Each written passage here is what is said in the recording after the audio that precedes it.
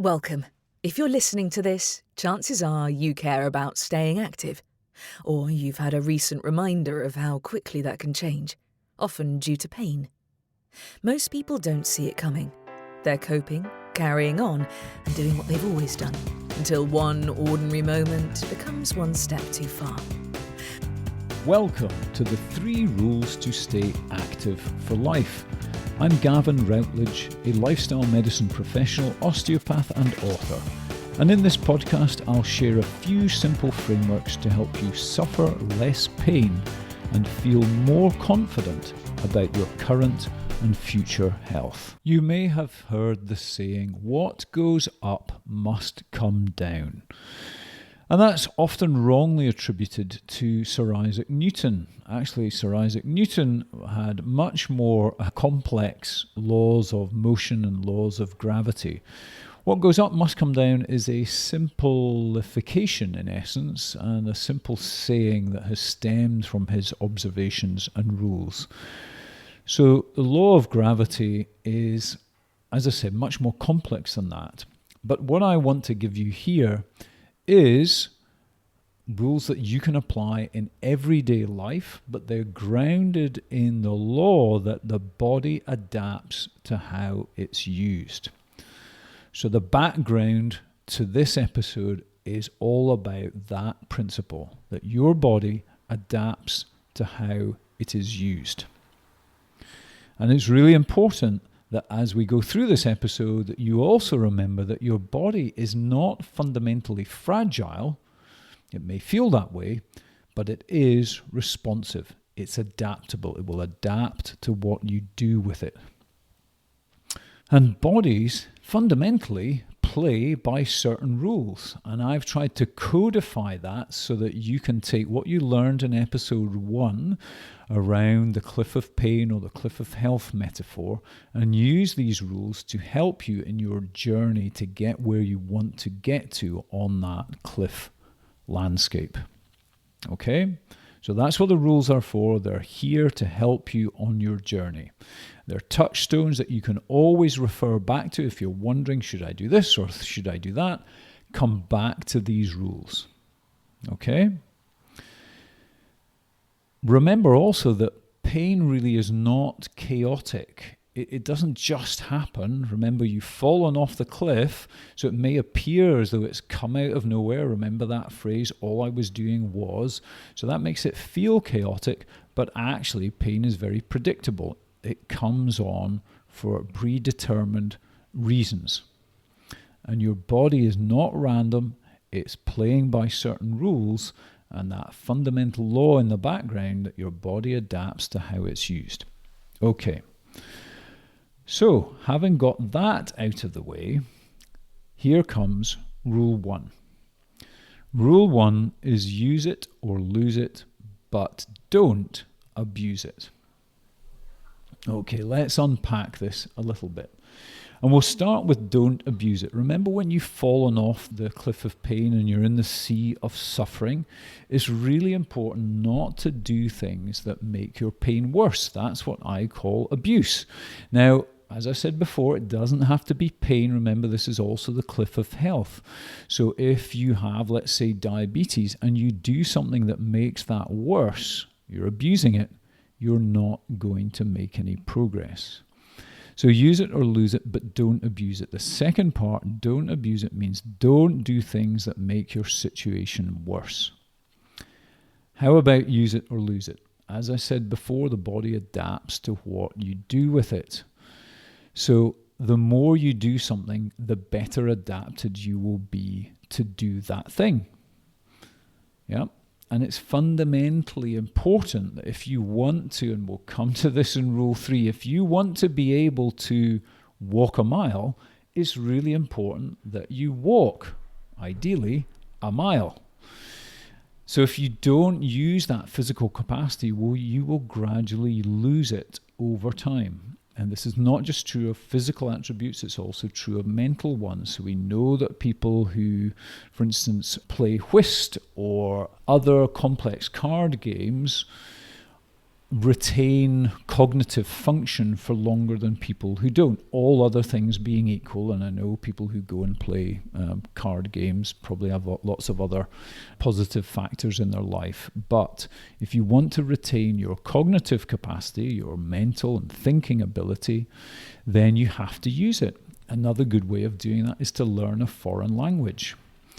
So whether it be physical or mental capacity, this fundamental principle of use it or lose it applies. And I like the rhyme, so it was me who coined this one. I like to add on the don't abuse it bit to keep you grounded. So use it or lose it, but don't abuse it. Okay, how does that apply in everyday life? Well, as I said earlier, if you want to, let's use another example. If you want to be able to carry 2 bags of shopping home from the shop when you are 78 years old, then you ought to be doing something that enables you to retain that physical capacity. But don't abuse it. Don't overdo it. So let's say you carried 4 bags in each hand a mile home from the shop, and the next day you had really sore shoulders. Well, you've probably abused it a little bit. Yeah, you've overcooked things. So use it or lose it, but don't abuse it, is the first rule. Now, the second rule, start low and build slow. If you are starting something new or trying to build something up that you already do, it's very important to start low and build slow. And this is particularly relevant the older you get. We lose capacity to some extent. This is almost biologically inevitable as you get older. Now, don't get me wrong, there are people, particularly people who have not done a lot of exercise in life, who actually can increase their capacity through, for want of a better word, training. Through training their body, they can increase their capacity. But there is a tendency for our capacity to decline as we age. Use it or lose it. But you can reverse that, and the way to do that is start low and build slow. So start low, i.e. start at a level that you can physically manage without suffering afterwards. And build slow. So build up slowly. In nature, nothing stands still. You are either growing or withering. I was going to be a bit more brutal there, and let's do it. So in nature, things are either growing or dying, frankly. And that's true of all of us.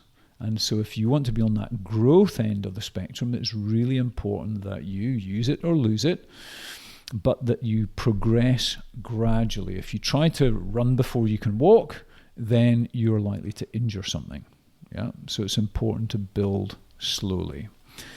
And it's that slow growth that enables your tissues to adapt and grow over time. So we think about exercise, for instance. Let's talk about a very specific exercise. So let's talk about running and your aerobic capacity. So your ability to use oxygen to produce fuel energy. If you build that up gradually, you will build capacity. But if you try to build too quickly, you'll exhaust yourself and you won't benefit from the exercise. So the dose is really important, as is the recovery period. And that's part, and I am really digging a little bit deeply into, and we'll get much more deeply into that in future episodes. But at this level, it's really important you understand the principle and the rule of start low and build slow. And remember, the benefits of compound interest, you will always make progress if you build slowly.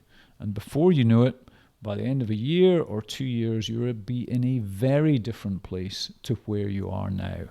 Just be patient, start low, and build slow. The third and final rule is keep the end in mind. Now remember, I said that your body adapts to what you do with it. Same with the brain, it adapts over time. So it's worth giving a bit of thought to what you want to be able to do. Keep the end in mind. What is it that you want to be able to do with your body? And I have long talked to patients in clinical practice about what do you want to be able to do in the last 10 years of your life. Now, that might seem a little bit morbid, but it's coming to all of us. So if you think about what do you want to be able to do in the last 10 years of your life, it gives you some perspective and helps you to shape that ambition. Once you have a good idea about what it is that you want to be able to do in the long run, then you can start to shape your choices today in order to achieve that long-term goal. Now, that might all sound very theoretical, but let me give you an everyday example. I often see patients who have back pain, and one of the questions I always ask them is, what is it preventing you from doing that you would really like to be able to do? It's not me imposing on you what I think you ought to be able to do. It's me asking you, what do you want to be able to do? Because that's important. Your end will be different to my end. So for instance, I have some patients who want to be able to run a marathon. I have other people who want to spend 2 hours in the garden at the weekend, and other people who want to be able to play 4 rounds of golf in 5 days.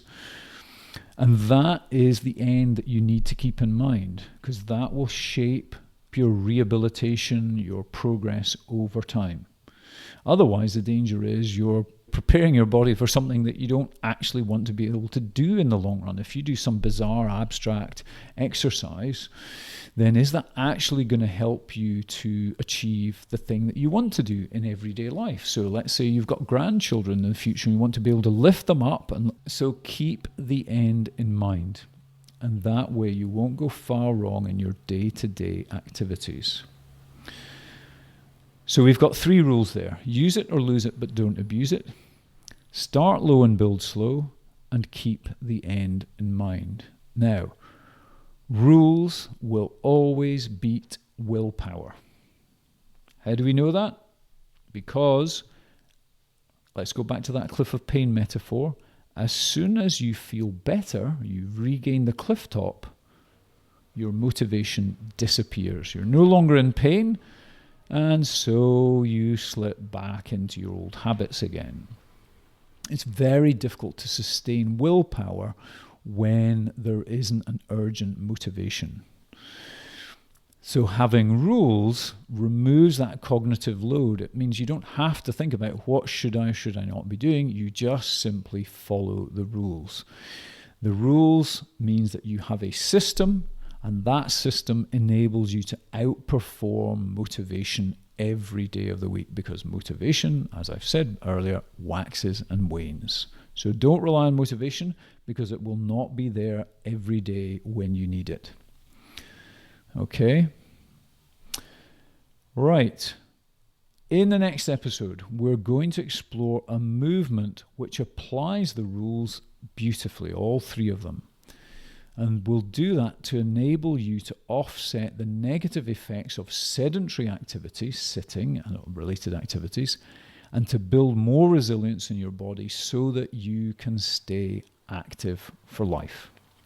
So that is in the next episode, and I will see you then. If today's episode sparked a shift in how you think about your body or your health, don't try to change everything at once. Choose one small action this week, something that nudges you towards staying active rather than avoiding discomfort. That's how confidence is rebuilt. You'll find further episodes exploring the 3 rules and the habits that matter most, not by doing more, but by doing things better. This program is provided for general information only and should not be taken as medical advice. If you have persistent or worsening symptoms, please seek appropriate medical guidance.